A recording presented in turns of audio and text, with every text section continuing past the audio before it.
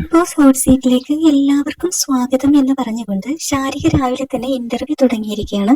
Guest ആയിട്ട് എത്തിയിരിക്കുന്നത് നമ്മുടെ ആര്യനാണ്. ഹോട്ട് സീറ്റിലിരിക്കുന്നത് നമ്മുടെ ശാരികയും. അങ്ങനെ ശാരിക ക്വസ്റ്റ്യൻ ഇട്ട് കൊടുക്കുകയാണ്. നിങ്ങളുടെ പടങ്ങളൊന്നും ഇതുവരെ തിയേറ്ററിൽ കണ്ടിട്ടില്ലല്ലോ, താങ്കൾ ഒരു ആക്ടറാണോ എന്നൊക്കെ ചോദിച്ചുകൊണ്ട് പരിഹസിക്കുന്ന രീതിയിലാണ് നമ്മുടെ ആര്യനോട് ശാരിക ചോദിക്കുന്നത്. അപ്പോൾ ആര്യന് ഉത്തരം മുട്ടുന്നുണ്ട്. എന്തായാലും ശാരിക പറയുന്നുണ്ട്, താങ്കൾക്ക് വേറെ വല്ല പണിക്കും പോയിക്കൂടെ, MBBS അക്കൗണ്ടൻസിയോ വല്ലതും നോക്കിക്കൂടെ, താങ്കളെ കൊണ്ട് പറ്റുന്ന പണിയാണോ ആക്ടർ എന്ന് പറയുന്നുണ്ട്. അപ്പോഴാണ് നമ്മുടെ അനീഷ് ചാടി എണീക്കുന്നുണ്ട്. എണീറ്റിട്ട് നമ്മുടെ ശാരികയോടായിട്ട് ചോദിക്കുകയാണ്, അപ്പോ ശാരിക ഇതുവരെ ആര്യന്റെ ഒറ്റ പടം പോലും കണ്ടിട്ടില്ല അല്ലേ?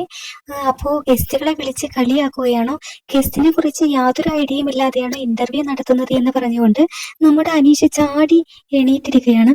അനീഷ് വന്ന ഉടനെ തന്നെ അപ്പാനി ശരത്തും മറ്റെല്ലാവരും തന്നെ അനീഷിന്റെ കൂടെ കൂടിയിരിക്കുകയാണ്.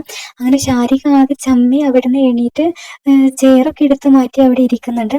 അപ്പൊ ശാരികക്ക് മനസ്സിലായി പിടി കിട്ടുന്നില്ല എന്നുള്ളത്, ഇവിടെ പിടിച്ചു നിൽക്കാൻ പറ്റില്ല എന്ന് ശാരികക്ക് തോന്നുന്നുണ്ട്. ആ സമയത്ത് ശാരിക എണീറ്റുകൊണ്ട് പറയാം, എന്റെ പുതിയ പാട്ട് കേട്ടോ ബിഗ് ബോസ് എന്ന് പറഞ്ഞുകൊണ്ട് ശാരിക ഒരു പാട്ട് അങ്ങ് കേച്ചിരിക്കുകയാണ്. ശാരികയുടെ പാട്ട് ഇങ്ങനെയാണ്, സ്വന്തമായി അന്തസ്സുണ്ടെങ്കിൽ സ്വന്തമായി കണ്ടന്റ് ഉണ്ടാക്കട്ട, അന്തസ്സുണ്ടെങ്കിൽ സ്വന്തമായി കണ്ടന്റ് ഉണ്ടാക്കട്ട എന്ന പാട്ട് പാടിക്കൊണ്ട് അനീഷിന് നേരെ വന്നിരിക്കുകയാണ്. ഈ സമയം തന്നെ ശാരികയുടെ പാട്ട് കേട്ടതും ബിഗ് ബോസ് ഹൗസിലെ എല്ലാ മത്സരാർത്ഥികളും ശാരികക്കൊപ്പം നിന്ന് ഡാൻസ് ചെയ്യുന്നതാണ് ലൈവിൽ കണ്ടുകൊണ്ടിരിക്കുന്നത്. എന്തായാലും ആ സമയത്ത് അനീഷിന് ആകെ നാണക്കേടായ പോലെ തോന്നുന്നുണ്ട്. അനീഷ് വേഗം അവിടുന്ന് ഉത്തരം മുട്ടിയ പോലെ നിൽക്കുന്നതും കാണാൻ സാധിക്കും. ഈ ചാനൽ മറക്കാതെ സബ്സ്ക്രൈബ് ചെയ്യൂ.